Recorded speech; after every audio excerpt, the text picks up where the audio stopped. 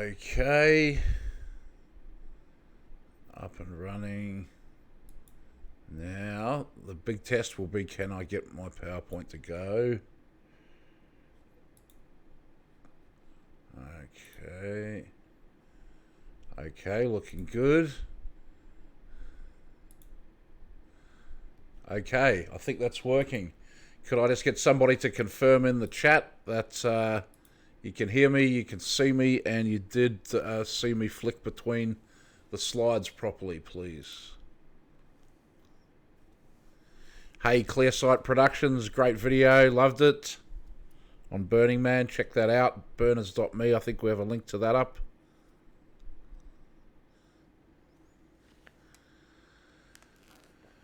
So I think we're good.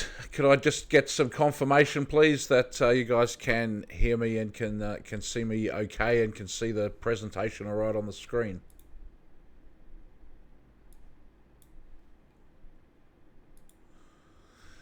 Yeah, Justin, I did see that. Biden. Okay, all good. All right, good to go. Thanks very much.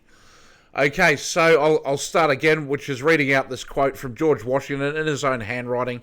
It's not my intention to doubt that the doctrines of the Illuminati and principles of Jacobinism had not spread in the United States. On the contrary, no one is more fully satisfied of this fact than I am. George Washington, 1798. So he's telling you that the Illuminati is real and is a real factor in the United States when the United States is being set up. You know, he's the guy that would know, right? George Washington. So here's a bunch of photos of people in skull and bones robes.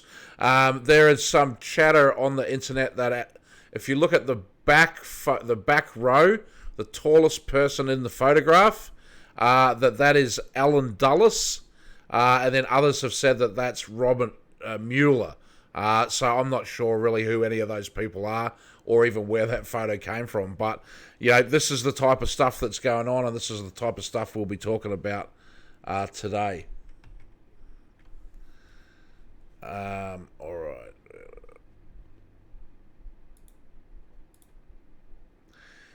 Okay, so fire was really the first technology, you know, and it's the thing that separates humans from all the other creatures in the animal kingdom. You know, there are creatures that use tools, that build homes for themselves, that show all kinds of, you know, socially developed behavior, emotions, empathy, but there aren't any creatures that use fire to heat their food before they eat it. So, you know, it's literally the first technology in that sense. And, you know, you've heard about the four elements: earth, air, water, and fire. In the Chinese, they have 5 elements, and the fifth element, like that great movie, Fifth Element, is metal, which is the idea of, you know, technology and invention and being able to shape and mold the environment around you. But in the Western 4 elements, earth, air, and water, they can all exist independently of each other. But for fire, you need to have earth and you need to have air, and it can be put out with water. So the dependence of fire is affected by the other 3 elements, and the other 3 can exist if there's no fire, but fire can't exist if there's no air or no earth. So yeah, that's some interesting aspects of it. Now think about in the olden days, before we had almost any technologies, the significance of fire, of being able to have a fire, meant that you could keep, you know, your whole tribe warm for the evening. You know, you could scare predators away. You could roast game that you had hunted. All kinds of crops. And you could also use fire for, you know, clearing spaces through jungles, pathways, for crop rotation. You could use it as a weapon of war. You go coat your arrows and stuff that burns and shoot fire at your enemies. But for all of that, what you needed was the ability to produce fire. And we really take that for granted today. Anyone could just go get a cigarette lighter, turn it on, and boom, you've got fire, right? But before all that technology was around, this was a highly specialized technology that could, you know, really change the world, and the absence of it could make things very, very difficult for you. And so that's where this concept of the eternal flame comes from, that there are fires that are going that are never put out, because there always has to be some fire burning in the empire. If one fire goes out, they can go and relight it from the other fires that are constantly, eternally burning. And so the Druids kind of evolved out of this, of being the protectors of the technology of the fire and the keepers of the eternal flame. And they would use the fires to signal to each other, which is quite common amongst nomadic cultures. The horse-based cultures, I believe, do this, like in North America. Aboriginals of Australia, many of them would use signal fires to communicate with each other. And that's the concept of the bush telegraph that is known in Australia. That's the original bush telegraph is from fire. So it's the fire cult is one of the oldest cults that we have, and in Greek mythology, there's the story of Prometheus, who was a titan, and he stole fire from the gods, and the gods, they had fire, but they wouldn't share it with humans. The humans were just slaves for the gods, there for their entertainment and pleasure and amusement, and they didn't want them to have fire because that technology could get out of hand. And indeed, that sort of seems like maybe that's what happened. Is ordinary people got access to fire, and suddenly, we weren't ruled over by the gods anymore. But as we're going to see in this presentation, getting into the secret societies, there are definitely rulers, and just because we don't see these gods doesn't mean that they're not with us anymore. Anyway, Prometheus's punishment for stealing fire from the gods to give to humanity was to be chained eternally to a rock, where every day an eagle would land and eat out his liver. And that's how he basically was going to spend eternity. And then Hercules came and freed him. That was one of the 12 labors of Hercules. Prometheus was also married to Pandora, who was the first woman. And Pandora was sent by Zeus in retaliation for Prometheus' sin of stealing fire from the gods. So he's like, here, have this, the first woman. Now, I didn't make this up, right? This is Greek mythology, but that's the story. She gets sent to Earth with a magic box, also an amphora. And an amphora can be a jar, a vessel, a container, and that @ symbol that we use on the internet all the time, that symbol is actually known as an amphora. So Pandora's amphora, when it was poured open, it released all evil into the world, came out of that. So, there's a link between fire, this fire cult, and all evil in the world, okay? And, that might not mean much to you, but I know that, for many of the people at Burning Man, particularly the early days of creating this Burning Man thing, that's what they were into, the evil side of it, the worshipping of the evil. I mean, it takes place in a pentagram. So, the Druids would control access to fire, sharing it, gifting it. They could bring it to your civilization, and they could say, look, we'll look after your village, your flame will always be burning. You just have to be good with the Druids, right? And they use it as a form of punishment. So the Druids would build this giant wicker man, and they would come through the village demanding tribute, and each villager was supposed to put a gift bag out the front of their door for the Druids to pick up, and that was their share of the crops from the season or whatever. The Druids would come by, and they would bang on the door with a big stick of bone, right? And that knock meant that you were required to produce tribute, like whatever you'd given wasn't enough, or you hadn't put it up yet.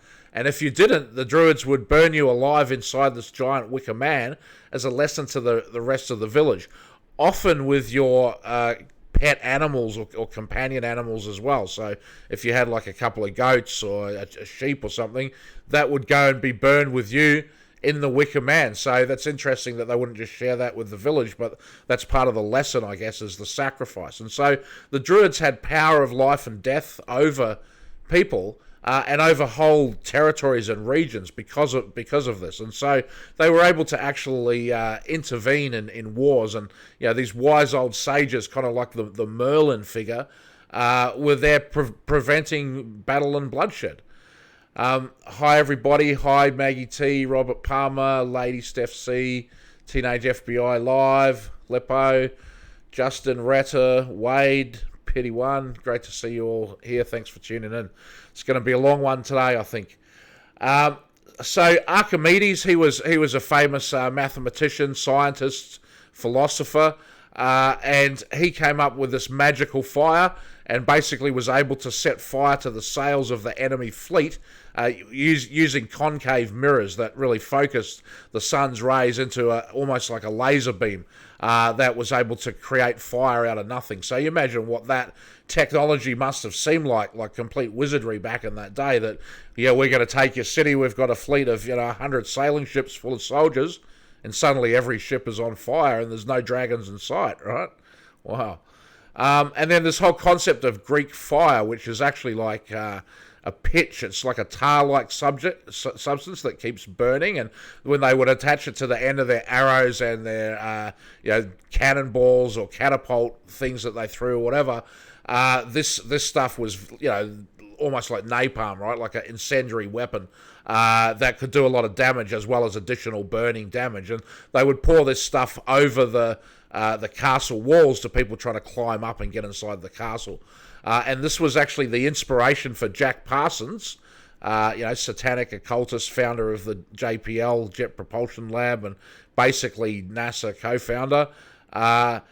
He was inspired by Greek fire to create the first rocket fuel that he came up with. So, fire being tied at the fire cult, and, he was doing his experiments in Hell's Gulch or Hell's Canyon or whatever it's called. These people are all really into this stuff, and there's a huge overlap today between JPL and the space program, DARPA, and Burning Man. Then we have the whole symbol of the Phoenix, which is an Illuminati and a Masonic symbol. Crimson Rose, Burning Man founder and sort of resident witch. I think I could probably call her that without it being too offensive. I mean, she's definitely been doing pagan magic ritual type things there for decades. And her name actually comes from Aleister Crowley magic spell. Anyway, she linked Burning Man to the Phoenix explicitly. And I think you probably find that clip on my Vimeo channel if you want to have a look for it. The Phoenicians, they were people around the Mediterranean that were trading with the Romans and in wars with them. The Punic Wars, where Carthage was sacked and destroyed, was basically Rome versus the Phoenicians. And then they basically set up an empire in the swamplands on the edge of Italy called Venice. And that was actually the richest and most powerful empire in the world for about 1,000 years. People don't really realize, even for myself, I'd been to Venice 2 or 3 times, and I didn't realize what an important role they actually had played in world trade.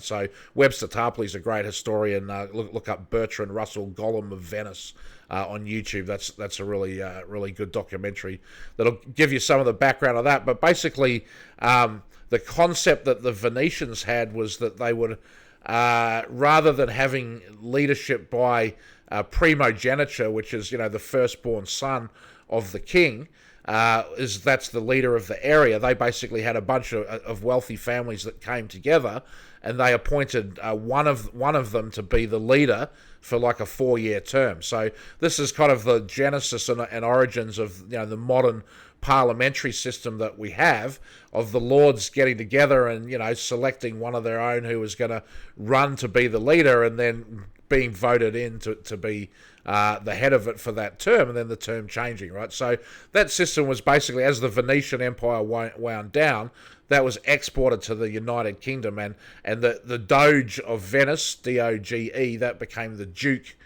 in England, D-U-K-E. But it's the same concept, just like Caesar, Tsar, Khazar, Cathar. These are all the same sort of thing that these words are describing. It's the same word. So this is the concept of the oligarchy is tied to this worship of the phoenix, and the idea that civilizations get to a certain point and then they get just completely consumed in flames. This is an Armageddon. A Holocaust is a burnt offering. This is Emperor Nero fiddling while Rome burned, right? This was in 64 AD, the Great Fire of Rome. Now, Nero fiddling in that story, is that a sign that he was a bard, which is one of the groups of the Druids? We'll talk about them a bit more in a second. And there was also the Great Fire in 48 BC that destroyed the Library of Alexandria, and Caesar burned his ships when he got there. So that's it for his troops. You're not going home. We just have to, become conquerors in this new land. And then in London in 1666, there's that 666. Hi, the Cock. Hi, Brian Wilson. Robert Palmer. We've got a lot of famous musicians in the chat tonight, it seems. The Great Fire of London ended the plague, and that was kind of the birth of the city of Westminster. And we'll be talking about the city of London a bit more in this presentation today. And then George Washington, he was given a name by the local Indian people, who was actually the name of his grandfather. And the name was Conticorious, and it means the burner of towns. So George Washington's grandfather was notorious for just torching all the towns and settlements where the Indian tribes were living as part of his warfare. And he triggered Bacon's rebellion, the original Bacon. Then also you've got the San Francisco earthquake, 1906. I plan to do a show on that one day. Hopefully that'll be something coming up for next year. But basically Tesla had this earthquake machine that could make buildings shake through resonance. There actually used to be video of it on YouTube, but I can't find that video anywhere anymore.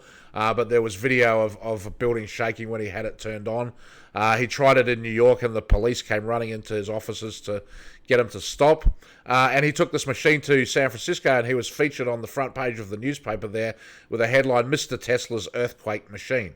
And then shortly thereafter, there was this huge earthquake in San Francisco that devastated the whole city. But I was intrigued when I was in San Francisco one day in my local diner in Marin, and they had a photo of the day of the earthquake from about 10 a.m. And the earthquake happened about 8 a.m., I think. And the town looked fine. There was a couple of plumes of smoke here and there. You could maybe see like some damage where windows had cracked, or a building might have taken a little bit of damage, but it didn't look like a devastating earthquake at all. But what happened was the insurance company said that they weren't going to pay out the earthquake damage. It was an act of God, but the policies would still cover fire damage. And so as part of the earthquake, the gas main blew up along Broadway, which is the most high-end elite street in San Francisco, where all the massive mansions were, and fires broke out. And to contain these fires, the fire department went and deliberately lit fires all around the city as control fires. And soon the entire city was burning.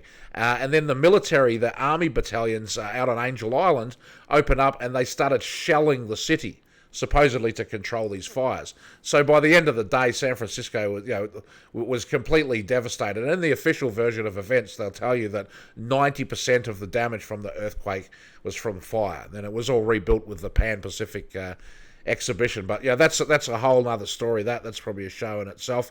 But there are many Freemasons in the fire department. I mean, this is a photograph that I've got at the bottom right there of every single one of those people is a fireman in the Springvale Fire Department and a Mason, right? This is the Masonic degree team from the Springvale Fire Department. And, when you look at situations like what happened to Isaac Cappy, that, there were witnesses, there were fire people and ambulance and EMTs present. There's no possible way anything like that could ever be staged because so many people would have to work together. We'll have a look at that photo and just see, like, if there's that many brothers sworn to secrecy in a secret society in one single little fire department, and then you add in, the cops, the hospitals, the coroner, potentially the judges and the legal system as well. They're all wearing these robes and hanging out in these lodges together, sworn to secrecy, sworn oaths of life and death to protect the brotherhood. You can see how stuff can happen. You don't have to be a conspiracy theorist for that. So if you do download this presentation and the PowerPoint, look at the notes. There's quite a lot of information in the notes and different links and stuff you can explore on. And so here's the Druids harnessing fire. And part of having the power of fire was you can offer positive power and you can offer negative power as well. Like, come over with us, we have a warm fire, we have hot food, you're a weary traveller, you've been cold, come over and come into the warmth of the fire. And then there's a warmth of community that comes from that hearth as well, heart H. So the fire was the heart of the community, and controlling the heart of the community, you controlled who could come, who was welcome, but also who got banished and exiled. So that power to come and go from the fire was incredibly powerful, and so you suddenly they had fear as well, that fear that we're going to burn you alive, or that we're going to burn your home down, or your village down, or that we're going to burn your crops, right? So they didn't want access to this technology to proliferate. So to keep the technology to themselves, that required secret societies, and then later religion, to wrap it around the thing of religion. And then fire is an essential part of warfare as well, because you need to burn bodies. That's just the reality from the battlefield, and you need to heat the troops overnight. They're not usually indoors in these olden days of armies. So having a look at these logos on the screen there, you can see the UN logo. It has these laurel wreaths around it, and then the Federal Reserve symbol. It has an oak wreath on it as well. These are the symbols of the Druids. I mean, it's a clear sign that the Druids are involved in these things, and that's the power of this group, right? That they've been around for thousands of years. Merlins making peace between kings of rival nations, and building their power on technology and intrigue and secrets. And they're still around today and still doing that today. And they put their symbols everywhere. Like when you start seeing, a sheath of corn is another one. But particularly have a look for this laurel wreath or this oak wreath symbol, and you'll see it on so many different things. And then you look into who's behind that company, and I bet you'll find secret societies, Masons, Templars, whatever on that.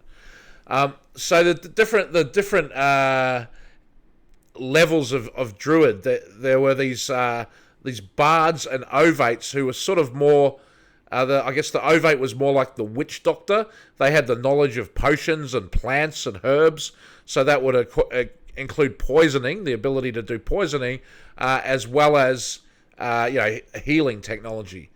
And then there were other druids who were more of the judges, and their job was to be fair and to hear both sides of an argument and to come up with a solution that would let the parties move forward. So really our entire judicial system is based on the role that these druids played in civilization, before there was any judicial system. So it's not surprising then that it would be, completely infested with these Freemasons and lodges and secret society people. They had the Stonehenge, and we're going to talk about that in a second, but they also had these dolmens, which are basically like just massive rocks, and they would, I guess, do sacrifices on them. They would stand on them to talk to the crowd. But usually you would see like maybe one or two of those big Stonehenge-like rocks together as a druidic site. So Stonehenge is a very unusual site in that it's got so many of these rocks in one place, and you really don't see that anywhere else. This concept of the trick or treat and the bonfire, that comes from the Druids. All Hallows Eve would be, one of their feast days where they would demand the trick or treat, and if you piss them off too much, you're burning in the giant wicker man. There's a picture of that there, artist's impression. And then the holly wood, they would have these staffs, these sort of magic wands, and that was the tree they liked to make the wood of, the holly tree. So therefore we get the holly wood. Hollywood, of course, the movie's coming from the Crotona colony of the Theosophy Society. And the part of being a druid was initiation into the mystery schools. So they would be pilgrims. They would go traveling around, long voyages to. It's sort of a little bit like Game of Thrones, where Arya Stark goes and learns to be an assassin. Well, the assassins was actually one branch of these mystery schools that was training. If you could make it to their lodge and you were trained in their ways, then you would get these type of powers like the power of oration, to stand up in front of people and persuade them, to groups of people to do your bidding, and the powers like poisoning, technologies like this fractional reserve banking that came from the Templars. This is the imprint of the mystery schools, bringing the knowledge of ancient Babylon into the modern world through these secret societies. And if you've heard the expression Byzantine, well, this group was active in the Byzantine society with all kinds of political intrigues and machinations. So this to me is kind of like the DNA genesis of the Freemasons is the Druids, and actually the modern Druid organisation was formed in 1717, which is the same year that the United Grand Lodge of England was formed. So the Freemasons and the Druids, at least in England, they started at the same time, right? So I see this as a kind of an offshoot of Freemasonry. Like there's a lot of Egyptian symbolism and stuff in Freemasonry. I'm not a member of any secret society. I should say that right now. I haven't been initiated into any one. I don't want to be in one. Any knowledge that I have that I'm talking about in this presentation has just come from what's available on the internet and in books. The Freemasonry apparently does claim that they have an origin from the Druids and also the Serpent Kings, the Nadreds. So the word itself, Druid, potentially comes from the Nadreds of these Serpent Kings. Here's a quote from Julius Caesar. He says, "Druids administer these sacrifices, effigies of great size interwoven with twigs, the limbs of which are filled up with living people, which are set on fire from below, and the people are deprived of life surrounded by flames." 55 BC. So that's a pretty gnarly way to go, and it's funny that this is, the centerpiece of a rave that, if you want a job in Silicon Valley, you have to go to this rave and do this druidic ritual, right? It's kind of a little bit creepy when you really fully understand all the stuff that's behind it. Apparently that United Nations logo, it does also represent the 33 degrees of Freemasonry in the circles there. There was a guy called John Todd, and he was one of the highest level defectors we've ever had from the Illuminati. I actually know a lady who their family harbored John Todd when he was a fugitive for 3 months in the 1970s, and she confirmed that he was absolutely legit. He was in the Illuminati, was going to their rituals, and came out and blew the whistle. And what he said was that they're druids at these highest levels. They're all druids, and that's been confirmed by a surprising number of other people as well. Part of this druidism is animism, belief in reincarnation and the spirit world, being able to communicate with the spirit world. I guess the remote viewing and stuff. Hey, there's Dave Acton. I love SDNY is in the chat as well. Nice to see you guys there. So the druids are basically a shamans, right? And if you look at the promotion of ayahuasca today, the shamanism is getting a huge resurgence. Terence McKenna, these kind of spiritual gurus with access to hallucinogenic drugs. I mean, this is all druids. This is the ways of the druids that were put into extremely advanced technological forms during the MK Ultra project, but were ultimately the same stuff that the druids have been doing for thousands and thousands of years, right? The most secret knowledge of society is the knowledge of how to control society, and that's what these ancient mystery schools have had, for the whole time. So let's go to the next one. I think that went back. Here we go. So some pictures of Stonehenge and some druid stuff going on there. The guy at the top right is Rowan Williams. At the time, he was the Archbishop of Canterbury. Now, I'm no ecclesiastical expert, but I'm pretty sure the Archbishop of Canterbury is the head of the Church of England. Either the highest ranking or one of the highest ranking church people in the whole UK. But he's also dressed up as a druid in these white robes, doing these rituals at Stonehenge. You can see some more of the robes and stuff. Some of them do have some spirals and swirls on that kind of look like the pedo symbols. I think we got to be careful saying that anyone that ever has a spiral anywhere on a robe, they must be a pedo, because it is like an ancient occult symbol. It's just like saying anyone with a swastika must be a Nazi, when the swastika was being used thousands of years before the Nazis. So still, there's a picture there from Eyes Wide Shut.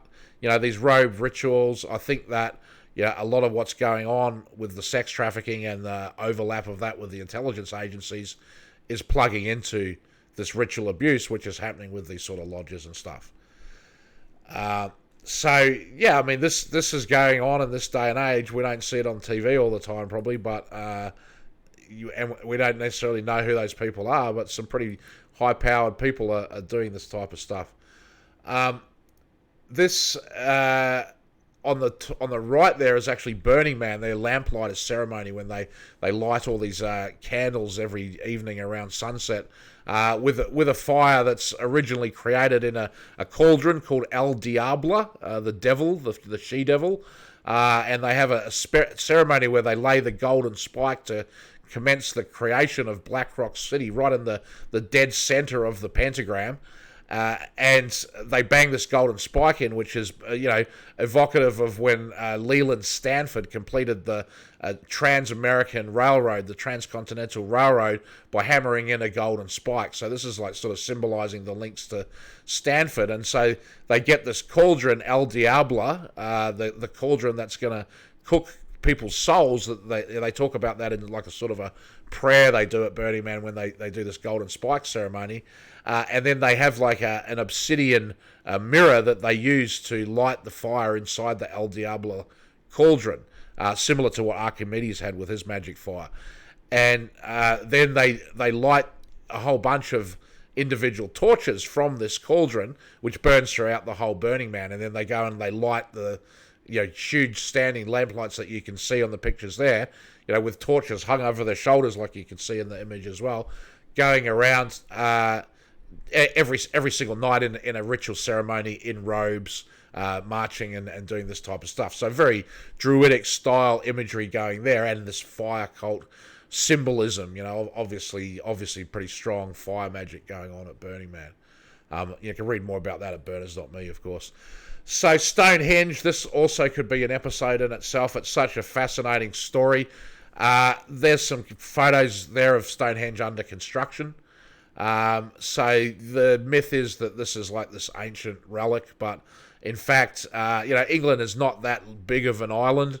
It was pretty well explored for quite a long time. Before certainly before the church arrived, but even before Julius Caesar arrived, other people had travelled through England, and sites of note of England were quite well known, but there's almost nothing at all recorded anywhere ever about Stonehenge until the Druids and the Freemasons were founded in the 1700s. And then after that, stories and paintings of it and stuff like that sort of started to appear.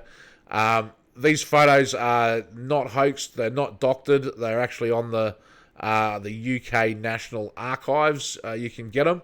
And the description there says that there were some renovations done to Stonehenge so that the stones had to be moved. But at the very least, by the official story of it, the positioning of Stonehenge, that's like, it's so amazing that it's aligned to, the morning sun when it comes up and the solstice and stuff like that. That was not the original positioning. These stones were moved around to put them in that position that was calculated using modern technology like cranes that could lift the stones up like that. So that's don't be fooled by the psyop of Stonehenge. The area where it is, there's like a ton of like military stuff, military bases and things like that. The Grateful Dead, and if you watch CryptoBeast 20, I talk about this a little bit, that there was a tie-up between Alembic Sound and the Grateful Dead. And they were basically, their building was next to Hamilton Air Force Base, and they were sharing amplifiers for the Grateful Dead with the US Navy submarine program. Well, there's a very similar story like that about Turbo Sound, which then became the Function 1 speaker technology, which is famous. If you go to any raves, you'll hear these Function 1 systems. They sound absolutely incredible, horn-based speaker that came out of Naval Acoustic Warfare Research. And that company had their offices on the defense research base area that's right by Stonehenge. And that's where the Glastonbury concert with its big, occult pyramid stage was built using this technology developed by Turbo Sound. So also the Duke of Salisbury, I think it is, where Stonehenge is located, very powerful and ancient family there.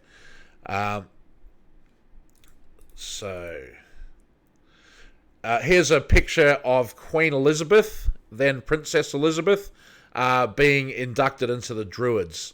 She was inducted into the Order of Bards and Ovates. And then also I have on the inset at the top right there, that's a picture of Winston Churchill being inducted into the Druids. So he was born in Blenheim Palace. It's the only building in the United Kingdom that's allowed to be called a palace that isn't owned and controlled by the royal family. His family are the Dukes of Marlborough. And if you watch a TV show, The Royals with Liz Hurley, which is a pretty funny show, it's filmed at Blenheim Palace. So you see that palace quite a lot in movies and TV shows where they need to have a royal palace. Quite a spectacular mansion that he grew up in, literally a palace. And yet here is both Churchill and Princess Elizabeth going out into the forest, going out surrounded by the people with the robes, having this thing getting back to the earth, being inducted into this magical stuff. And here's Disraeli, the Prime Minister of Britain in the 19th century. He says, "The world is governed by very different personages from what is imagined by those who are not behind the scenes."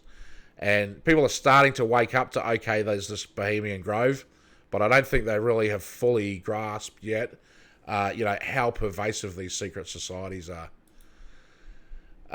But the Queen herself is, she's not necessarily the boss of the land. So this image, that it's so much going on there, it's kind of a bit hard for your eye to take it all in for a second. But that sure looks like some kind of king or royal figure going through the streets of London, doesn't it? But it's not. That's actually the carriage of the Lord Mayor of the City of London. And the City of London is its own kind of private little state, just like the Vatican is, just like Washington, D.C. is, Australian Capital Territory, where Canberra is, the capital of Australia, District Federal in Mexico, where Mexico City is. They have these centres of power in these very special trade zones where the regular rules don't apply. So in the City of London, the Queen has to ask permission to enter the city in a special ceremony. And within the City of London boundary, the Lord Mayor walks in front of the Queen. And you can see that in the photograph there, that they're very, very careful where they put their footsteps, because the protocols of this are huge. Everywhere else in her territories, the Queen walks first, and her territories are 1/6 of all of the land on the planet, right? But for some reason in the City of London, the Lord Mayor goes first. She's not the boss of it, right? So, and that gets reinforced in many different ways. Looking at the largest landowners in Earth, it's hard to get this information, and it does keep changing. But at the very top, it doesn't really change too much. So the Queen is Queen Elizabeth II of the UK, Australia, Canada, New Zealand, 28 other countries and territories. Well, that's incorrect. I think there's actually more than 70 countries in the Commonwealth. But she has a legal claim over 6.7 billion acres. 6.7 billion acres of the earth belong to the Queen, with an approximate value of $33.5 trillion. The next in the line is King Abdullah of Saudi Arabia, 580 million acres. And then number 3 is the Pope. So the Vatican City plus the Church, what they control, 177 million acres. That's pretty big, right? That's worth 1.7 trillion. Then we have the King of Morocco, 1.65 trillion, 110 million acres. The King of Thailand, I won't say his name because he recently passed away. King Abdullah of Jordan, 24 million acres, $360 billion. The Sultan of Oman, Sheikh Zayed of Abu Dhabi, I think he's passed away as well. And Amir Jabir of Kuwait, Grand Duke Jean of Luxembourg is number 10. Even though that's only 638,000 acres, they're worth 63 billion.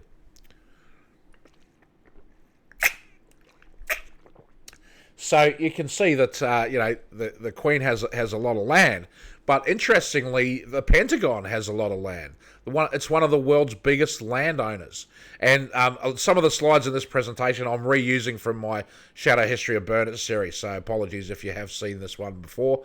But if the Pentagon, which has the Department of Defense Global Real Estate Portfolio, which Donald Trump is now in control of as Commander-in-Chief, 276,770 buildings with a $585 billion value, 4,855 sites, 2.2 billion square feet, 24.9 million acres, of which they control 3.8 million acres in California and 3.5 million acres in Nevada.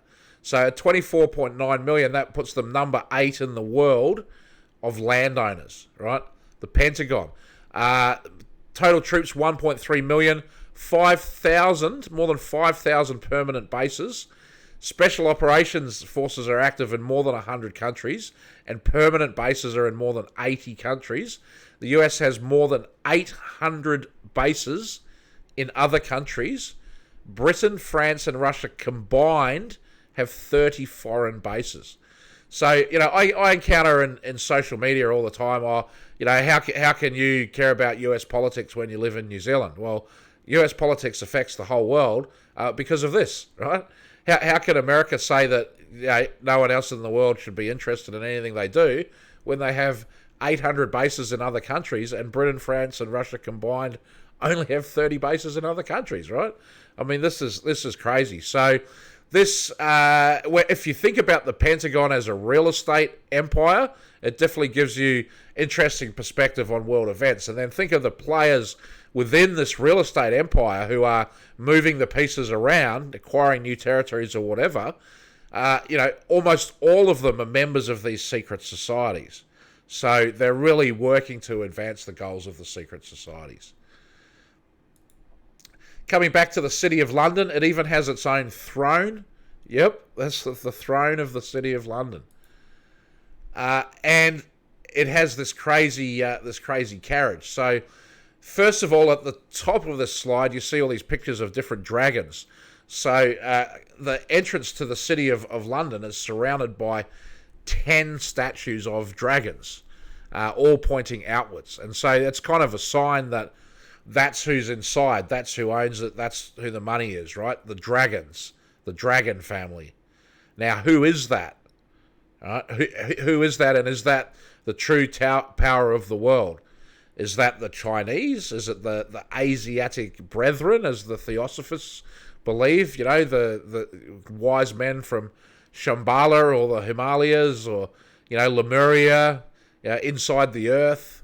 Is it the aliens? Is it just some super rich European family that is quite happy to let the British royals take all the credit as being the bosses of England, when in fact these dragons are the controllers of the City of London? Now, on this carriage, which is really quite an amazing sight, and I think this is in the British Museum. I have seen this carriage with my own eyes. But painted on the side of it is basically it's a depiction of Jesus or Jesus's twin brother, depending on the story, being brought up the River Thames, and then basically establishing London. So they're trying to put this Merovingian style mythology that Jesus lived and the Holy Grail was a bloodline, connect that to the founding of the City of London. Which maybe it is. And then the motto of the city, Domine nos dirige, Lord direct us. Or, we are directed in the way of the Lord, is maybe another way to read that from my Latin, which is a little rusty. So that's an interesting story. And I have a link in the notes to this slide to a video of Greg Hallett talking about that story of Jesus and the founding of the city of London. But this chart here is supposedly showing how, the what is the basis of the Union Jack, right? And this is, it's uniting the tribes of Israel together again, and in the new Jerusalem is like a huge part of the Freemasonic mythology, that led to the creation of the state of Israel. So, remember Israel, we have, thanks to the Balfour Declaration, it's basically a project of British Freemasonry to set that state up. And so this is basically how they're tracing their descendants from Abraham, the seed of the stars of heaven, to be a nation and company of nations. And then they're going to come together for basically, this great united thing of the world and the third temple. On the other side of that, on this slide, I've got Feristocracy by Chatsafrats and the Swiss Beast, Home of the Devil by Central Intelligence Agency. They're both from the same guy, actually. There's Professor Dr. Sean Ross from Switzerland, who's a whistleblower on the Octagon Secret Society, and basically lives his life on the run from them now. I highly recommend those two videos, and basically what he's tracing is that how the pharaohs, they didn't disappear, they weren't conquered, they basically went underground, and that they re-emerged as the Templars and as the banking fortunes based in Switzerland. And he makes a good point that so much of the world actually is controlled in Switzerland. You have the Bank of International Settlements in Basel, that controls the entire banking system. You have Art Basel, that's arguably controls the whole art world. United Nations, UNICEF, UNESCO, CERN, which controls the Internet, World Wide Web, International Monetary Fund, World Health Organization. So much of that stuff is in Switzerland. So, they have a huge role to play in this story. Now, the Remembrancer is quite an interesting role that I'm pretty sure they don't have anything like this in US government, but this dude, the Remembrancer, basically sits in the British Parliament, and he represents the interests of the City of London. So someone filed a Freedom of Information request to find out where exactly this person sits and could they show it on a detailed plan. And they could not reply and show that on a detailed plan, right? Because something to do with where he sits is like so shocking, they really don't want you to see. So instead is this photograph here and then the description of it from the photograph, right? So it says the City Remembrancer is able to sit in the undergallery immediately behind the Sergeant at Arms place, facing the Speaker's chair, but at the opposite end of the chamber. So if you see that photo where it has the letter I, that I'm pretty sure that chair underneath that is the Sergeant at Arms place, right? And so behind that and above it is this remembrance, is where this Remembrancer sits. That's as far as I can piece together from that description. So, and then it says facing the Speaker's chair, but at the opposite end of the chamber. So he sits there looking directly at the Speaker of the House, who controls the Parliament, and in front of him, he's got the Sergeant at Arms, who's the only one allowed in there with weapons, right? So the guy with the weapons is sitting in front of the banker's representative, staring at the Speaker of the House, saying, you better remember who's in charge here, right? And then look at this photo of the guy with the black and white checkerboard, I mean, could it be any more obvious that this is Masonic Lodge kind of stuff, right? That's who they're remembering. Remember the secret society that runs the City of London. He's holding in one hand what appears to be a horseshoe, and in the other hand what looks like a butcher's knife or something. And so, all the different societies, like the butchers and the fishmongers and the tailors and stuff like that, they have these like livery kind of craft lodges that are all represented within the City of London and have their headquarters there, and then they come together in the grand lodges. So as Nicholas Shaxson explains in the book Treasure Islands, The City of London Corporation exists outside many of the laws and democratic controls which govern the rest of the UK. Same thing as in Washington, D.C., right? It's the only part of Britain over which Parliament has no authority, the City of London. And then, in one respect at least, the corporation acts as the superior body. It imposes on the House of Commons a figure called the Remembrancer, an official lobbyist who sits behind the Speaker's chair and ensures that whatever our elected representatives might think, the city's rights and privileges are protected. The Mayor of London's mandate stops at the boundaries of the square model. There are, as if in a novel, two cities, one of which must unsee the other. So, this is like just a special zone. It's just over 1 square mile. 1.1 square miles, with about 7,000 actual permanent residents of it. Hey, Doc Holiday, nice to see you there. Lift the Veil, nice to see you there. Thanks for joining, guys. So, the city has exploited this remarkable position to establish itself as a kind of offshore state, a secrecy jurisdiction which controls the network of tax havens housed in the UK's crown dependencies and overseas territories. This autonomous state within our borders is in a position to launder the ill-gotten cash of oligarchs, kleptocrats, gangsters and drug barons. As a French investigating magistrate remarked, it has never transmitted even the smallest piece of usable evidence to a foreign magistrate. It deprives the United Kingdom and other nations of their rightful tax receipts. So this corporation, right, is above the law, above the government, above the Queen, and outside of the tax system, right? And, you know, we don't really know a great deal about who the owners are and who gets the benefits of it.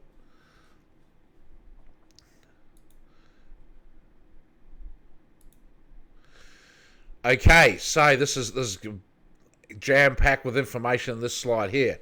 But basically, James Bond is real. And he works for a banking cartel based in the City of London, which uses intelligence agencies and politicians as their front. His job is to infiltrate, investigate, and assassinate rival cartel heads around the world. He often travels to tax havens. Many of the stories have occult elements such as voodoo. So, have you ever thought about it, the story that way? That this is basically the story of a banking cartel that has a bunch of politicians on the payroll, and because of that is able to eliminate its rivals under colour of law. Like, that's basically the story of James Bond, but it's a true story.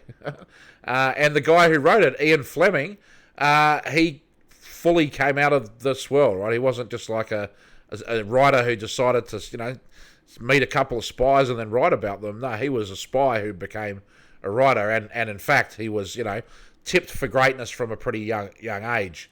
He came from a banking family, an elite banking family, and he went to Eton, which is, possibly the most prestigious boarding school in the world, arguably the number one school in the UK. And he was there right about the same time as George Orwell and Aldous Huxley. So Aldous Huxley studied there before World War I, from 1908 to 1913, and then he came back there in the later years of the war, 1917 to 1919, as a schoolmaster, teaching the younger boys. So he overlapped with George Orwell. Orwell, I believe, was actually in a class with Huxley for 1 year. So Orwell was there 1917 to 1921, Huxley 1917 to 1919, and then Fleming 1921 to 1926. So Ian Fleming and George Orwell were at Eton at the same time as well. So isn't that incredible, right? Like, you've got Brave New World in 1984 and how influential those books were in really shaping and defining the modern era. But then you also have James Bond as well, the most successful movie franchise in history. And look, there might have been another Bond movie since I did this slide, so apologies if this is a little outdated now, but when I did the slide, 26 movies, 7 different actors playing James Bond, bringing in a box office take of 6.2 billion. So it's not just the most successful film franchise of all time, but it's also promoting recruitment to the intelligence services, and it's setting an ideology. It's promoting the ideology that they want, that spying is this glamorous and exotic job, and you're going to get a lot of women if you become a spy, right, and get these cool assignments. And from what I've heard of it, I don't think it's a job like that at all. You're basically like just sitting there on a computer watching people, hoping something's going to happen. That's just like being on stakeout for ages and ages. But anyway, who knows? Certainly, this guy, James Bond, Ian Fleming, has done an enormous amount to promote the world of intelligence to the masses. He was a friend of Aleister Crowley, and Aleister Crowley was also a British intelligence agent. And he was a naval commander and assistant to the Director of Naval Intelligence. He's the liaison officer between the Special Intelligence Services, the Political Warfare Executive, SOE, which is the Special Operations Executive, like that would be JSOC in the States, and the Joint Intelligence Committee and the Prime Minister's staff. So during World War II, this guy was basically the Peter Strzok or Robin Grits of the British intelligence, right? His job was to liaise between all these different agencies and make sure that they got the information they need to and that they were working properly. And so there was no CIA. The CIA was created after World War II, and it was created out of the Office of Strategic Services, which was formed for World War II. Ian Fleming, that created James Bond, was involved in writing the blueprint for the Office of the Coordinator of Information that became the OSS, that became the CIA. So James Bond wrote like the frickin' corporate documents of the CIA, right? Can you believe that? And then at some point in his life, Ian Fleming actually named the real Canadian person that the whole book was based on, a guy called Sir William Stevenson, whose code name was Intrepid. And Adolf Hitler said, I have met with the Antichrist. He is cruel and intrepid. He frightened me. So that's a very weird word to use to describe the Antichrist, right? Like he's basically, seems like he's signaling that this guy, William Stevenson, the real James Bond, was the Antichrist. And there was actually an Operation James Bond in World War II, which was, to kidnap or rescue Martin Bormann, who was one of Hitler's top aides. And then there was a real author called James Bond who wrote The Field Guide of Birds of the West Indies. And I think that's why the World War II operation was given the name of Operation James Bond.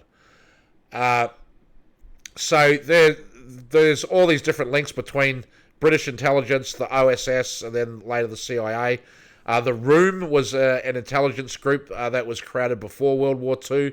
The Astor family was very involved in bringing a lot of these people together, and the Roosevelts. Ultra and Magic were two different secret projects during World War II related to computers and cryptography. And then the Ultra Magic deals was some agreements between the UK and the US for what would happen to that advanced signals intelligence technology post-World War II. That really led to the birth of the computer industry. And I think it's significant that it was called Ultra Magic, and that later we had MK Ultra, which we could tie to the Macy conferences talking about cybernetics. So I think that's where the Ultra and MK Ultra comes from, was these intelligence sharing projects between the US and the UK in World War II. Ian Fleming was involved with Rudolf Hess, as was Aleister Crowley. Hess was an occultist. Supposedly he parachuted into the UK and then he remained in prison there, locked up until he was 1993.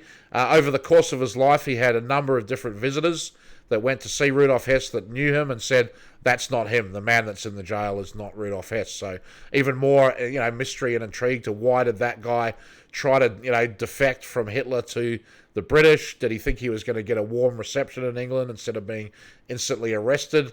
And why did they need Aleister Crowley to go to basically communicate with and debrief the guy?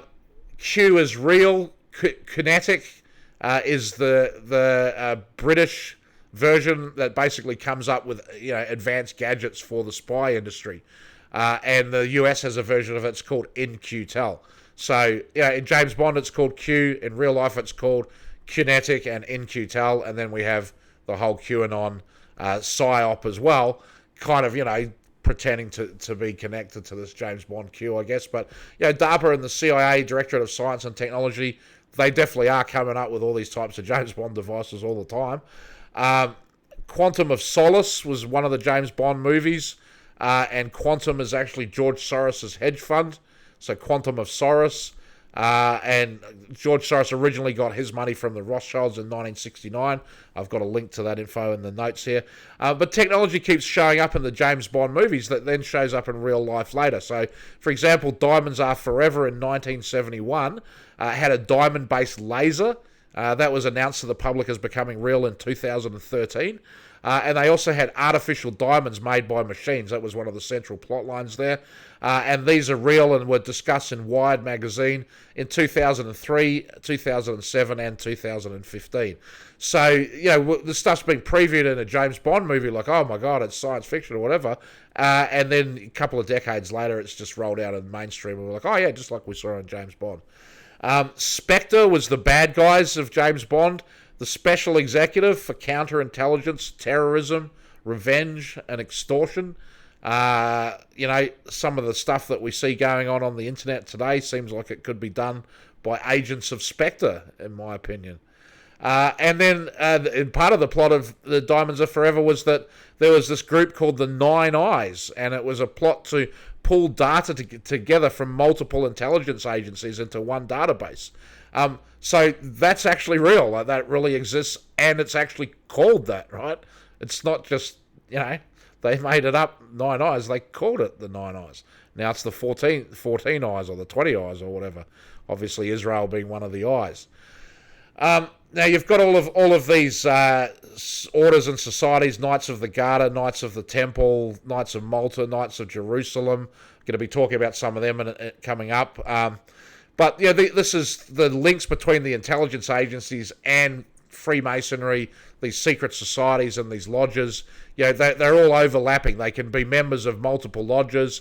They can be Army Reserve intelligence, and they can also be a bus driver as their full-time job, right? We don't really know any of these people, the extent of what lodges they're in and what sort of ceremonies and stuff that they do. It's enough from just scratching the surface to even learn that a person is a part of one of these secret societies. The mind boggles what that really means. A lot of the recruitment to the intelligence agencies comes out of the universities. Carol Quigley in the Anglo-American establishment talked about how All Souls and Balliol College were particular sources of recruitment. Recently, Steve Pachenik said that Arizona State University to him is the sine qua non of a CIA operative. If they went there, they're almost certainly CIA. And who do we know did the Obama for America at Arizona State University? Casino Royale was the first James Bond book, and the villain in it, called Le Chiffre, was actually based on Aleister Crowley. It's quite a good movie, that one. And then in the 2012 Olympics in Great Britain, you had the Queen entering with Daniel Craig playing James Bond. So they're really symbolising this historical relationship with 007.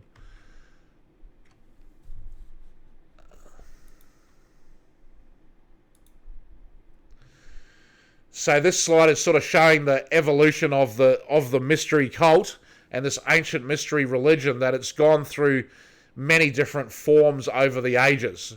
Whether the Druids was the original one or not, but it was founded on the bases of alchemy, astrology, and theurgy. And then, Babylon, Egypt, and ancient Greece, these were pantheistic religions, which has gone into witchcraft, sorcery, divination, spiritualism, most occult practices, and Eastern religions, Hinduism, Buddhism. Kabbalism has sort of become Gnosticism. That gave birth to the Knights Templar, then the Rosicrucians. Then that led to Freemasonry and the Illuminati, and Theosophical Society, Marxism, American and European secret political societies, international banking elite, World Council of Churches, many different occults of the world feeding into the New Age movement, and then feeding into Google with the Burning Man logo as their first Google Doodle, the Modern Church of Satan, the Temple of Set, the Fabian Society, whose logo is a wolf in sheep's clothing, quite literally. The Bohemian Grove with an owl, their motto is "Weaving spiders come not here." 322, the Skull and Bones Order at Yale, the chapter of a Germanic order. Ordo Templi Orientis, the Order of the Eastern Temple. There's also the Order of the Eastern Star, and the Knights Templar. These are secret societies. They're all different. Many of them probably don't even talk to each other in any way. But there's a huge amount of overlap as well. It's a similar DNA and a similar set of objectives, and the ultimate purpose of it is controlling the mass population of the world who are not the ones in the secret society. And this is really the key to, the 1% of the 1% and how they can lord over everybody is these secret societies. Here's a picture of John Dee and his magical seal, which is visible in the British Museum, his scrying stone made of obsidian, that sort of like the crystal ball that he'd gaze into. And he would sign papers to Queen Elizabeth I with 007, as you can see in the top right there. So the original 007. Supposedly that symbolises Two-Ball Cain, who's one of the figures from Freemasonry. And then I've got the picture there of the Hindu god Shiva at CERN, which is an interesting juxtaposition. Okay. So, and then this slide is also kind of showing the evolution of these different groups and lodges over time, that it came out of the Manichaean tradition, the Merovingian tradition. The Grand Lodge of Cairo gave birth to the Assassins, which led to the Knights Templar. That became Scottish Masonry and then English and Irish Masonry. They created the Royal Society in London, the Rosicrucians, the Illuminati coming out of Bavaria, United Grand Lodge of England, the Dilettanti, and then the Hellfire Clubs. We'll talk about them in a second. Order of the Golden Dawn, Ordo Templi Orientis, Thelema, Thule Society, Typhonian OTO and Caliphate OTO, the Priory of Sion, the Temple of Isis. These are like big names in world events, right? Like Sion, Zionism, ISIS, the terrorist group. These organisations, we never hear anything about the organisations or what they're getting up to, but the output from them, we certainly hear about that in the news. And then there's the Illuminatis of Thanateros, which Timothy Leary was a member of, and that sort of connects a lot of the MK Ultra, Grateful Dead kind of 60s scene together with the Burning Man, Wired kind of Silicon Valley scene through that particular secret society there. Theosophical Society, Anthroposophy, and Bilderberg Conference. These are enormously powerful groups, not just a bunch of old fogies hanging out together and wearing aprons. And then this is like showing the different layers of masonry. I guess the one on the right is the Scottish Rite, going up to 32nd and then 33rd degree at the top. And then the one on the left, I don't know if that's like the York Rite or whatever, but it's basically showing that the Knights of Malta is one of the higher level rankings, but you're not at the top of it. Towards the top, above Knights of Malta is Order of Knights Templar Commandery, Sublime Prince of the Royal Secret, then Red Cross of Constantine, which that looks like an octagon logo there. So basically you enter into these secret societies, and then you rise up through the ranks, and as you rise through the ranks, you get new knowledge given to you. So from the Grand Lodge to the world, this is kind of showing the evolution and how it's spread to different countries and states. It was in New South Wales and Tasmania, states of Australia, pretty early on, Norway and Sweden. It started spreading to places like Guatemala and Venezuela and Costa Rica, San Thomas, Java, Trinidad, Cuba, Puerto Rico, Jamaica, Turkey, Austria, Portugal, Wyoming, Paraguay. This is like it's kind of going to these places around the same time. New Zealand, Hawaii. these lodges spreading out around the world, and so it's not just Freemasons. There are many different groups with different names that are really kind of the same idea, and that's why I think Joe Atwell kind of has it right to call it one secret society. It is kind of monolithic, but some examples here are the Freemasons, the Independent Order of Oddfellows, IOOF. You might see that logo sometimes and wonder what that is. Ancient Order of Foresters, Independent Order of Good Templars, Grand United Order of Oddfellows, Independent Order of Rechabites, Ancient Order of Hibernians, Sons of Temperance, was it Universal or something, Order of Druids, B'nai B'rith, that Jerome Corsi was involved in raising an Israeli investment fund for. And then the Ancient Order of Foresters, and I've actually got a certificate there from my grandmother's grandfather, who was a member of this Ancient Order of Foresters. So I've got some of this stuff in my DNA. Some of my past ancestors have been members of these societies, but I don't have any knowledge as a result of that. And so this book that I'm quoting here, it says 1899, I think that is at the bottom underlined. That's when it was published, 1899, and they're documenting more than 600 secret societies in the United States, even back then.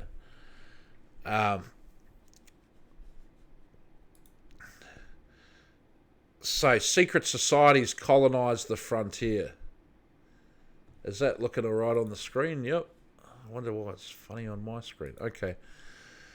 So in 1899, there were 600 secret societies with about 6 million members in the United States, and the US population was about 76 million. So it's almost 1 in 10 people in the United States at the beginning of the 20th century was a member of a secret society.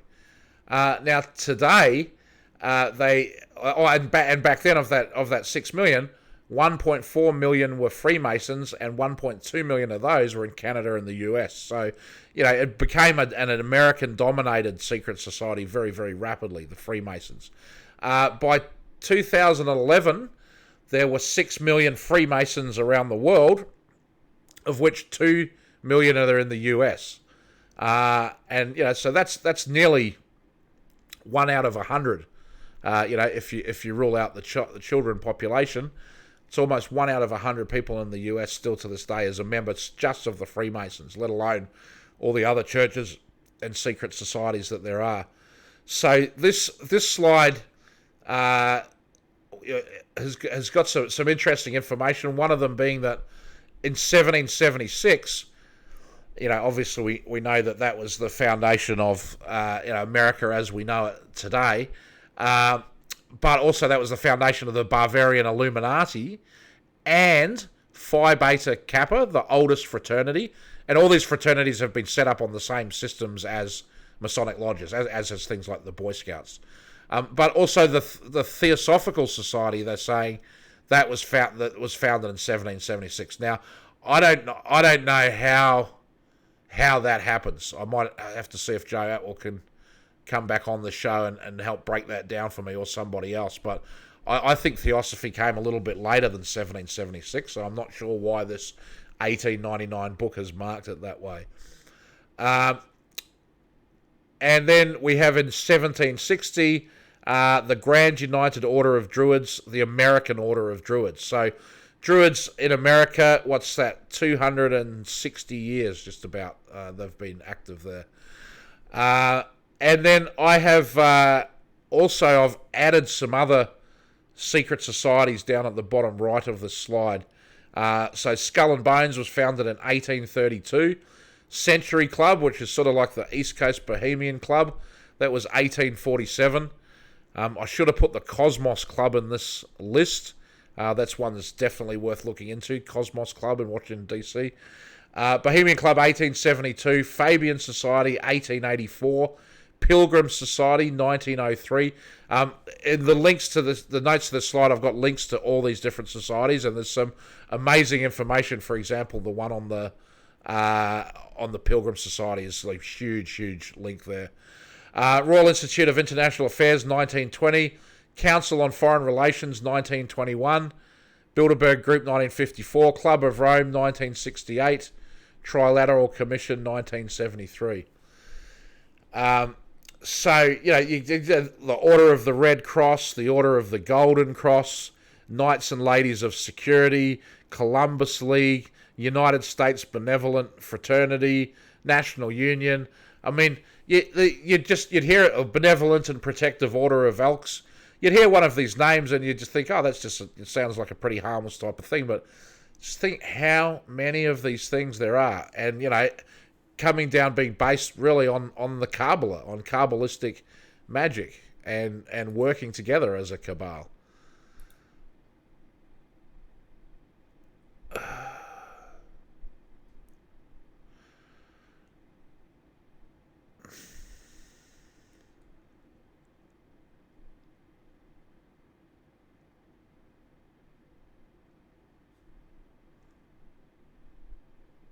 Okay, I think I'm missing a slide, but I'm just going to press on regardless. There's still going to be plenty of good information here for you guys.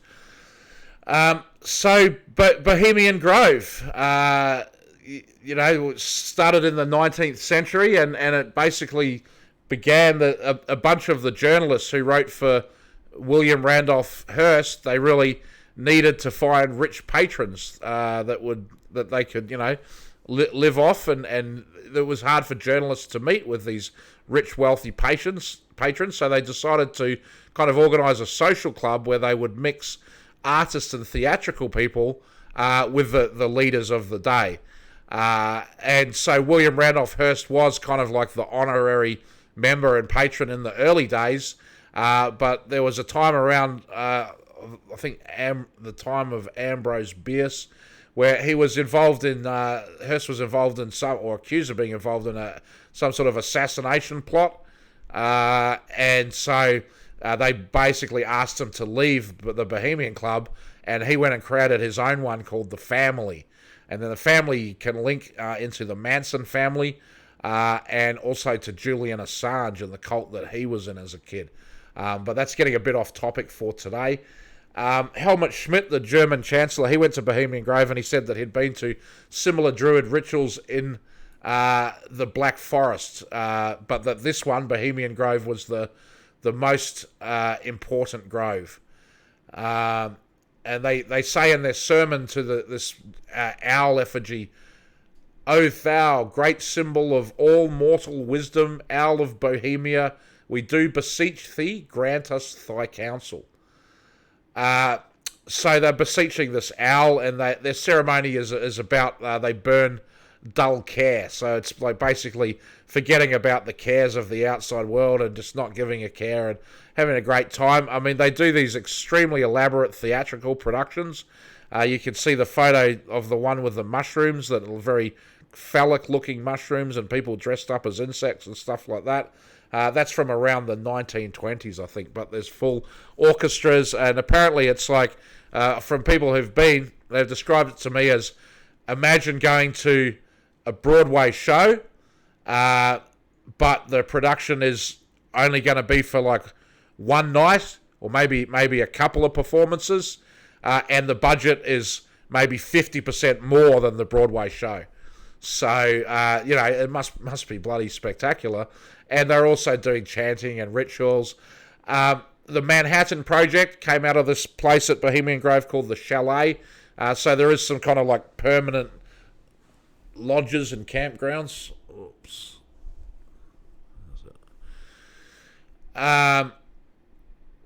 The Star Wars Strategic Defense Initiative of Ronald Reagan, the idea that basically they would bankrupt the Russians by outspending them on the space program. That was hatched up at Bohemian Grove. The Presidio military base in San Francisco has been very, very tied to Bohemian Grove, and the United Nations actually, came out of this event and was founded at the Presidio originally. There's a picture there of the White House and the Capitol buildings and all that from above Washington, D.C., where you can see the owl in the architecture of D.C. It's a very powerful Illuminati symbol. It's associated with Athena or Minerva, or also known as Diana, the goddess of wisdom and strategic war. And then Bohemian Grove rituals have also been associated with Moloch, also known as Baal or Baphomet, a horn god who was worshipped by sacrifice in a flaming effigy. They also have a Buddha there. It's not just this big owl god thing that they have. So it's sort of like, multiple religions are encouraged and supported there. You've got members of the Grateful Dead going there, many people from the OSS and CIA. They have lectures. They have academics coming to give lectures. There's a lot of the wine families from the Napa and Sonoma region send people there. Mark Twain was part of it. Jack London and John Muir, they were all part of Bohemian Grove. The Bechtel family, they've basically built these nuclear plants all around the world. A private family that's massively wealthy and does these enormously important, quasi-military construction jobs. And they're also, one of the main families involved with the Boy Scouts. Big Bohemian Grove people. And basically all the Republican presidents go there, although I don't believe Trump has been. I'd love to know if Trump has been there. And then there's a female version of it called Belizean Grove, which that started in 1999, I believe. And not a lot is known about that. I have met probably 3 women in my life who have claimed to have gone to it, and they sort of giggled and laughed and said it was a good time, but that's all I could get out of them. So anyway, I guess it's good that the girls get one. Here is a photo of a dude at Bohemian Grove in wizard robes, druid robes, wizard robes, and he does have that pedo swirl symbol on him. But as I said earlier, I don't know that we can necessarily read too much into that. And then this is Helmut Schmidt in 1991 giving a lakeside chat. I believe that sitting in front of him in the front row, it's not a very good photo, so it's hard for you to see that, but it's George Bush Jr. and Sr. sitting together. So there's, some of them are so good they get to go right next to the speaker and the podium, and then the rest of these Bohemian Club members, even though they're in the most elite and exclusive, power ritual in the world, they still don't get to sit in front of the lectern where Bush is. They have to sit on the other side of the lake. But, it still will be a pretty amazing thing to witness, I'm sure. Some more photos. Here is apparently a hanging or a mock hanging. There's a few photos like this available of stuff like this going on at Bohemian Grove. This is the great excuse to anyone who's not there is, oh no, we would just play acting. Oh, it's just all theatre. It's just all ritual. And then we've got the Bohemian Grove complete elite playset. I think that came from Reddit one day, that image. And then this other colour image of the ceremony and the owl that was taken by Alex Jones when he managed to get inside Bohemian Grove. So Bohemian Grove has been compared to Burning Man, not just by me, but Forbes magazine in 1999 said, Bohemian Grove main ritual, burning wooden coffin under 40-foot owl, helps relieve stress of running world. Burning Man, burn wooden 40-foot effigy of man, help relieve stress of running e-commerce. Well, that's pretty true. The residential camps, Caveman, Lost Angels, Burning Man, Spiral Oasis, Hotel Beirut. Yeah, that's a good point. They do have named theme camps at both these events. Cool perks, fellow campers know nuclear launch codes. Cool perks, fellow campers know where internet is going. Well, I think the crossover is such now that there's probably plenty of people at Burning Man who know the nuclear launch codes. Billionaire campers at Bohemian Grove, David Rockefeller, at Burning Man, Jeff Bezos from Amazon. So in 99, that's how Bezos was identifying and getting his cool factor. He was a Burning Man guy. I don't know if he still goes today. Probably does. And then the motto of Bohemian Grove, weaving spiders come not here. The motto of Burning Man, no spectators. Well, it used to be. It's not so much anymore. So you've got an elite crowd of movers and shakers. At Bohemian Grove, it's men only. And at Burning Man, it's only 39% women. So majority men at Burning Man. Remote location for a summer camp adventure, outdoor fire and nature worship, theme camps, a ban on commerce, a basis in the arts and Bohemian culture, mixing lectures with revelry, a theatrical aspect with costumes, masks, drag, nicknames, druidic and Dionysian rituals, effigy burn, ritual ceremonies, robe, lamplighters, sacrifice. It's a high-end networking opportunity away from prying eyes, and many people attend both events, and they also go to Davos, Bilderberg, Summit, Singularity, and TED events. The elite get to let their hair down. It's, burning care, or it's burning the man. And then the non-elite can participate too. They could be an artist or a musician or an actor, a server or a chef or a Sherpa to entertain the wealthy people. And at Bohemian Grove, it's kind of a theme of jocularity. They have these high jinks and low jinks, and a jinx is actually a spell, so they're telling you right there that they're doing, magic spells and witchcraft at it. And at Burning Man, they have irony, it's like, oh, ha, ha, ha, we've dressed as the devil. Oh, ha, ha, ha, we have a contract to sell your soul for eternity to the devil that we got an actual lawyer to draft. Oh, ha, ha, ha, we're so funny and ironic. And Bohemian Grove can do that as well. It's like, well, it's true, we did come up with the Manhattan Project, but, Kissinger was wearing a dress at the time. Anyway, here's John Perry Barlow saying on Twitter before he passed away, 17th of June 2014, my trip to the Bohemian Grove was delightful and fascinating, fits right in with the rest of my evil, especially the baby burgers. Now, he's a funny guy. Barlow, he had a very kind of dry wit. He was always cracking jokes. So I sort of do see that as his humour. And this was before Pizzagate. This was 2 years before Pizzagate. So I don't know if anyone would make jokes today that they went to the Bohemian Grove and the evil was fantastic and they really enjoyed the baby burgers. But also, quite possibly, is that not a joke? Is that part of the revelation of the method that you get drunk on such a sense of power when you attend one of these things that you think, yeah, I can just tweet about it and nothing will ever happen to me because people will just think I'm kidding. I don't know. Another tweet from Barlow saying, I spent much of the afternoon, this is from Burning Man, in conversation with Larry Harvey, Mayor of Burning Man, and General Wesley Clark, who was here.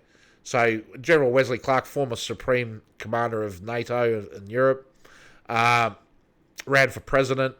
He went to Burning Man with Barlow. They drove in together. They sat in the Exodus line for hours together, waiting to get in, and they camped together and everything like that. In fact, I think I even ran into them together at Burning Man, although I didn't know who Clark was until afterwards. But yeah, so you've got Grateful Dead people going to Bohemian Grove and saying that there's a bunch of evil and that they eat baby burgers.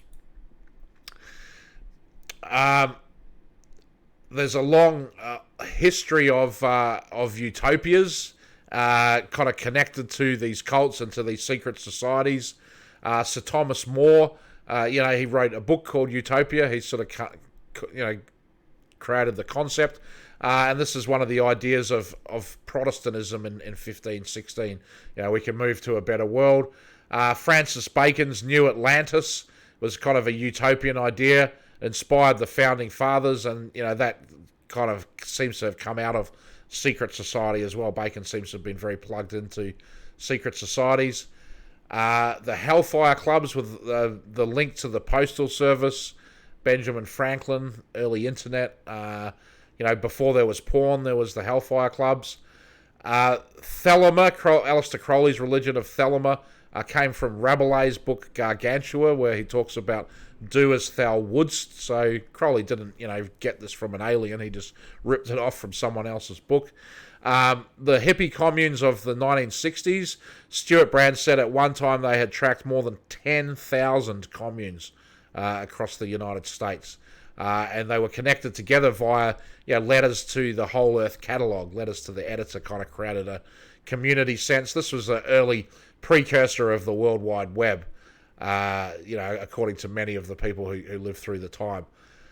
Woodstock, where they had the original hippie festival, is sort of in the burned over district of the US, where a lot of cults kind of have emerged in that area to sort of the northwest of New York City. There's the Esalen Institute is in itself a type of utopia, but then it's also kind of spawned and given birth to a whole bunch of utopian cults as well. The Theosophy Society built this palace in Los Angeles in the picture there. That's at it's not Los Angeles, I believe it's San Diego. Point Loma. You can see the kind of money that these societies have got. They're going to build a palace like this just to have meetings of their occult group, right? Like, this is some serious bucks involved. Jack Parsons and the Agape Lodge, a Strange Angel TV show. If you can track that down, watch it. It's pretty awesome about Jack Parsons. He was a black magic occultist doing rituals, at one point being considered by Aleister Crowley as a possible successor as the head of the OTO, and working with L. Ron Hubbard, another naval intelligence guy who went on to found Scientology and was basically doing MK Ultra mind control experiments just without the drugs component of it. And these guys are all doing their magic rituals together in this house that they call the Agape Lodge. And then Parsons is going to Caltech and is working on the US rocketry program, and what became JPL, the Space Exploration Society. The first rockets that he built, it's called a JATO, basically jet-assisted takeoff, and that they were looking to put these things on the planes so that bombers, big heavy planes, could take off on shorter airstrips and then potentially even boats, which did happen later. And the way that he packed the explosive powder within the rocket, you can see this at the Smithsonian Air Museum, actually. You can look right inside it and see it. It's a pentagram. He put a pentagram inside every single rocket. So, this is the utopia of the space program, brought to you by a Satanist. San Francisco, since the gold rush, has always been utopia is what they're selling there. They're selling the dream. Whatever the dream is, San Francisco will sell it to you. The Panama Pacific International Exposition, that's a photo of it at the very bottom of the screen there. If you're familiar with San Francisco's Marina District and the waterfront down there and Crissy Field and stuff like that, you'll be amazed to see this. Like, the only thing that's left is the Palace of Fine Arts, which is quite a spectacular, amazing building, but it was actually just one tiny part of a vast structure. Which, if you go look at that building and then imagine it stretching over the entire waterfront like that, it must have been quite a thing, quite a sight to see. So kind of amazing that they just built this after the earthquake and then they knocked it all down again and rebuilt it. The entire premise of the tech industry is a utopia, and the point of a utopia is mind control through magical thinking. And then you have Burning Man's Black Rock City, a world where everyone and everything is free. You can do whatever you will.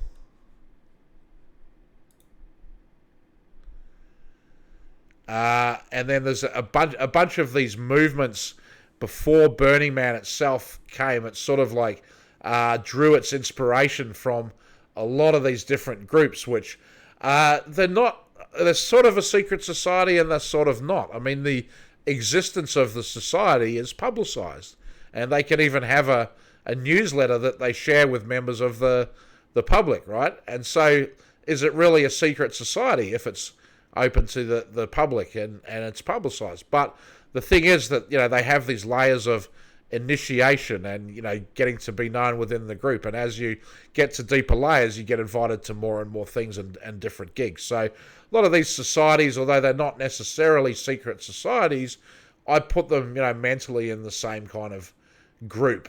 For example, the Discordians, where you can just read a book and say that you're a Discordian. You don't have to join any secret society. But if you are an active Discordian and identifying as such, it's likely that you will meet other Discordians and then you will become part of the group of Discordians, right? There's Krampus, which is basically a pre-Christian Bavarian horned witch god. A lot of our Christmas and Santa Claus rituals come out of this Krampus Bavarian myth. There was the concept of Dadaism and street theatre and these happenings as works of art. Fritz Lang's Metropolis movie of the 1930s. It's kind of like, looking at this idea of a techno dystopia, and the man machine burning.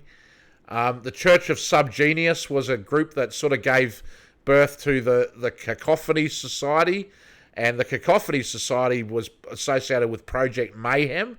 Chuck Palahniuk, who wrote Fight Club, he was a member of the Cacophony Society, and he said that he based, the group that's in Fight Club, Project Mayhem, he'd based it on this Cacophony Society that he was a part of. So these were basically pranksters running around doing kind of crazy events, dressed up in costumes or whatever, and it just so happens that a lot of them, work for government, DARPA, intelligence agencies, whatever. So kind of early precursors to today's YouTube LARPers, if you like.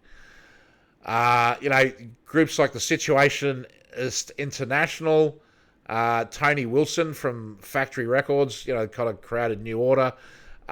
He joined the Situationist International while he was at Cambridge. The group was associated with the Paris Student Revolution in 1968. The Society of the Spectacle is this concept from Guy Debord. The collapse of reality into the streams of images, products, and activities sanctioned by business and bureaucracy. The Suicide Club was another Burning Man San Francisco group that kind of fed into Burning Man. They came out of the Communiversity, which was sort of part of what the Diggers were doing in the Haight-Ashbury down in the 60s, kind of sticking on after the Human Being kind of kicked off the Summer of Love. There was a group called The Farm that was like an autonomous zone in Army Street, San Francisco. If you see the black and white photo on the screen there of all of the freeway overpasses and stuff, kind of underneath all of those was this area where people were like living in a commune and growing crops and teaching classes and probably doing a bunch of LSD. And Larry Harvey, the Burning Man founder, he was hanging out with this crowd. They actually had like a punk rock nightclub down there, and he would sell hot dogs of all things outside the punk rock nightclub down there at the farm.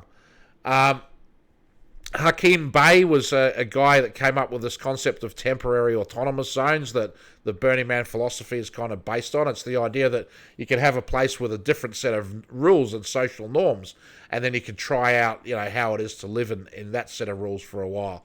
And the founder of Google, Larry Page, has actually said that they wish they had more places like that, like Burning Man, where they could do social experiments on people. This guy, Hakim Bey, who wants this special zone with different sets of rule, as it turns out, he's a pedophile occultist. He's a writer for NAMBLA. The Survival Research Labs was another group that kind of fed into Burning Man. People that would build robotics and mechatronics and stuff like that would, make these great big art projects that were, industrial art, I guess, stuff that moved around and sparks came out of it and fire came out of it and that sort of thing. Some of the Burning Man aesthetic can be traced back to them, and then I've connected some of the members of Survival Research Labs to the Order of the Trapezoid, which overlaps with Anton LaVey, Church of Satan, and Michael Aquino. There's also the Sisters of Perpetual Indulgence that was sort of a LGBT awareness group in San Francisco, I guess, dressing up as nuns and going to these LGBT events. And the Billboard Liberation Front, that was a bunch of people going and doing kind of street art where they would mix up the messages on the billboards. Howard Rheingold is here in a tweet. He's saying that the Cacophony Society kept calling and emailing Whole Earth. They were prescient and persistent. I just gave in and tried it. So he's basically saying how the Whole Earth catalogue, of which he was the editor at the time, they got involved in promoting the Cacophony Society and the activities that became Burning Man. And then there's a police report there. I think it's from Portland, Oregon, about a bunch of Santas. Like, look out, people are dressed up as Santas going through the streets. Okay. So for some reason, I've got a bunch of slides that didn't come through on this. Damn it.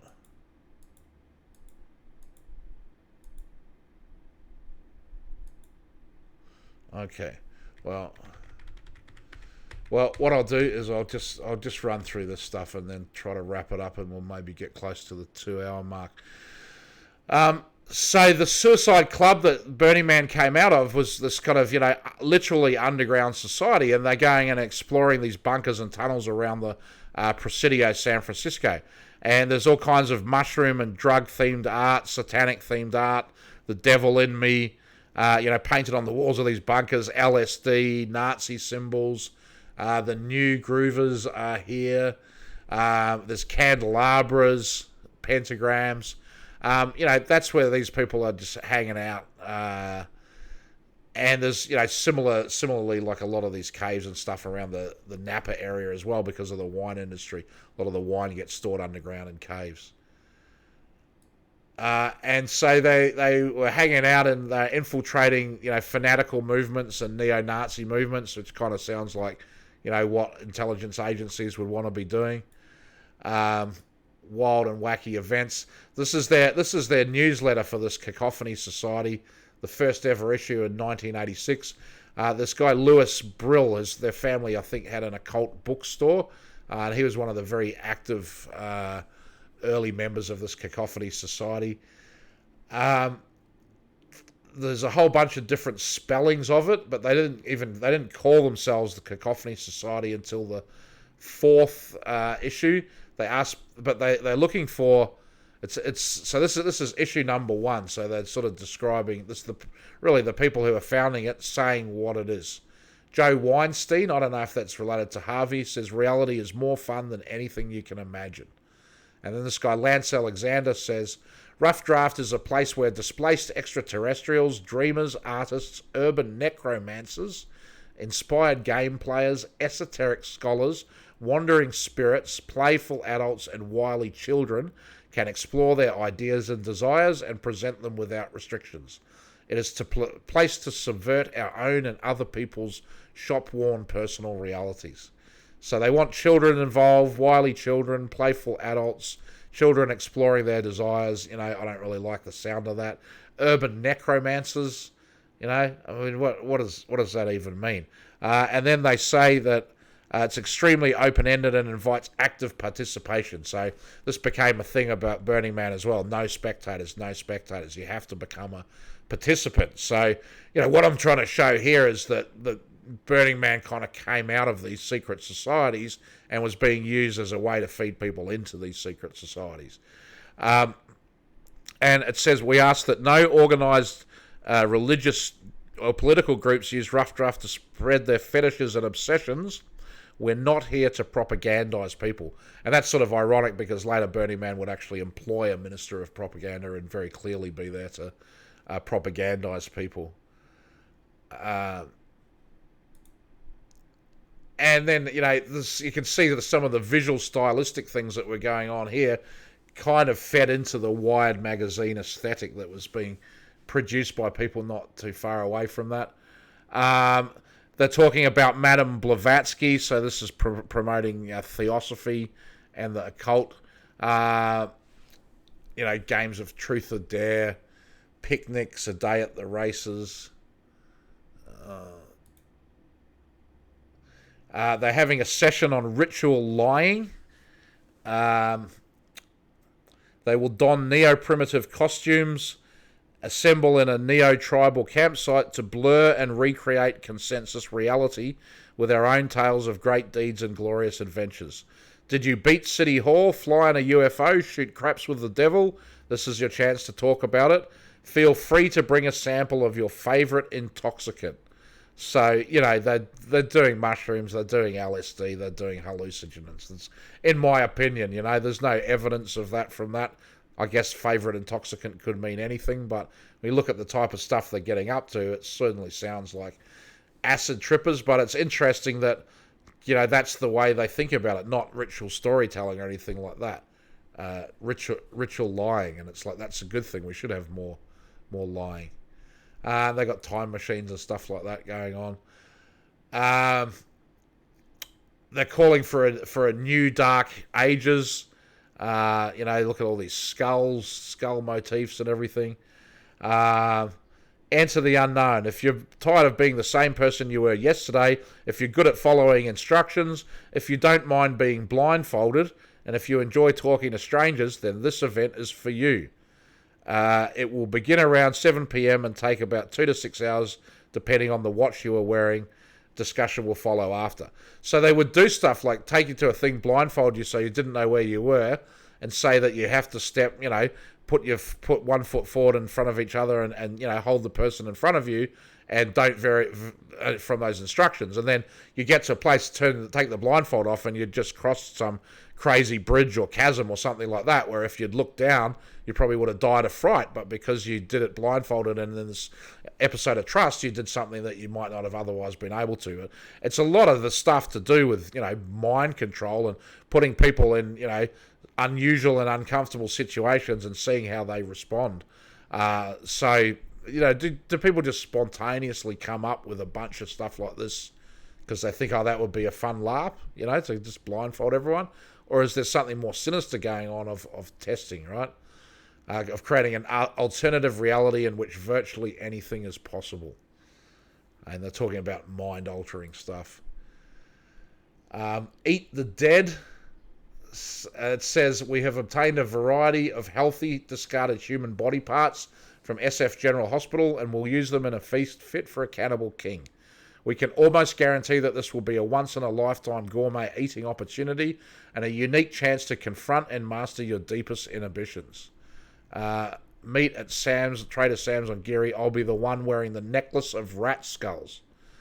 So, like a lot of this Burning Man stuff, are they being ironic? Is that a joke?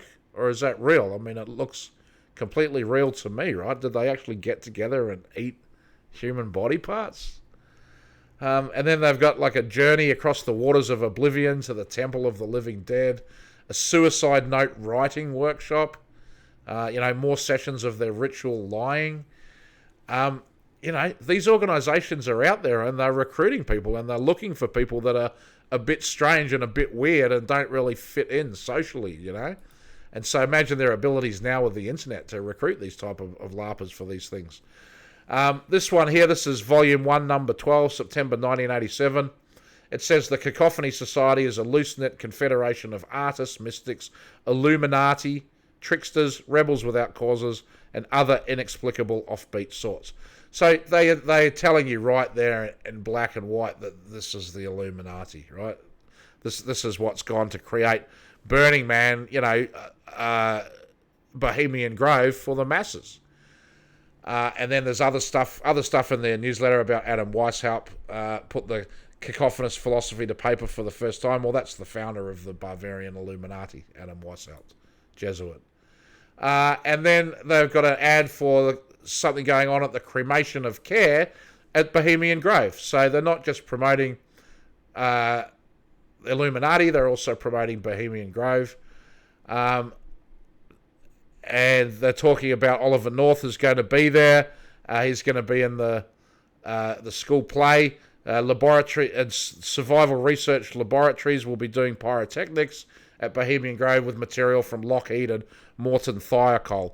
The guy Stephen Paddock from the Vegas shooting, he worked for that company, Morton Thiokol, around the time that this was going on. So that's just pretty crazy, right? Like these survival research labs, people are doing exhibits of their Lockheed Martin technology at Bohemian Grove, and this Cacophony Society that's the founders of Burning Man are going to it. They're also talking about a first digital church. We shall become one with zero. And they're talking about Bacchus, which is the Hellfire Club, ancient rituals, the ancient spirits of play and partycraft. Radical culture, rad cult. They're talking about after imbibing the necessary raw material, we'll embark on the rounds of downtown. So they get together and get dressed up and take a bunch of acid and trip around, That in itself isn't the end of the world, but I don't know. The whole sum of kind of what's going on with this stuff, I think, is kind of quite creepy. And I think that most people who are going to Burning Man don't realise that it's come out of initiation rites of the Knights of Columbus and stuff like that. Charter meeting of the Jism Society. And then this is the first time we ever see the words Burning Man, party with the Burning Man, party for the Burning Man. And they're also having a shredding party for Ollie. Oliver North is coming to the Circle Star Theatre in San Carlos. On the night before, we're going to conduct a preemptive strike with a cacophony tailgate party in the theatre parking lot. From this command post, we shall deploy a volunteer team to place sensitive electronic listening devices around the building. As a diversionary tactic, we will conduct a public reading and destruction of secret documents from the back of a truck-mounted shredding machine. After these clandestine operations are complete, we shall all retire to the comfort of the mobile command post for a victory celebration. Suggested equipment, cameras, tape recorders, identification papers, a bottle of your favourite vintage, and $1 for expenses. The wearing of a full dress uniform will assure you a commanding position within the ranks. So they want LARPers to dress up as soldiers and go to this Oliver North speech and have a big shredding party, kind of making light of his entire involvement in Iran-Contra, right? Like basically throwing cover for the guy. And then I'm going to end on this slide today. I don't know what happened to my presentation, so I will put the proper presentation up on burners.me if you want to download it and have a look at it. I had some other stuff about the Hellfire Club and that, and the Knights of Malta that I guess I didn't get to talk about today. But there is black magic all around us on the internet. The original Apple One was sold for $666. And the bite that's in the apple, it's got a bite taken out of it. That links the apple symbol to the fall of man and to the serpent. The barcodes, every single barcode contains the numbers 666. The long stripes at the beginning and the end and in the middle, that's the barcode for the number 6. So every barcode in the world has 666 in it. It's like literally the mark of the beast. The amphora, the at symbol, is kind of in many ways reminiscent of the Eye of Horus. The Google Chrome logo, you can get a 666 inside that logo if you try to unpack it. And then we have all of these words in computing that seem to suggest, violence, hacking, slashing, hitting keys, punching cards, trolls, demons, avatars, spiders. The hashtag is a symbol for checkmate. It also symbolizes the Hashashins and the stripes of a military uniform. And even the concept of a screen itself. A screen isn't just something that you look at. A screen is something that divides you from what's on the other side. So wherever there's you in a screen, there's also something on the other side of the screen that's looking back at you. Anyway, thanks very much for tuning in. I really appreciate your attention. I hope you found this interesting. Please go to burners.me, download the presentation, and check the rest of it out.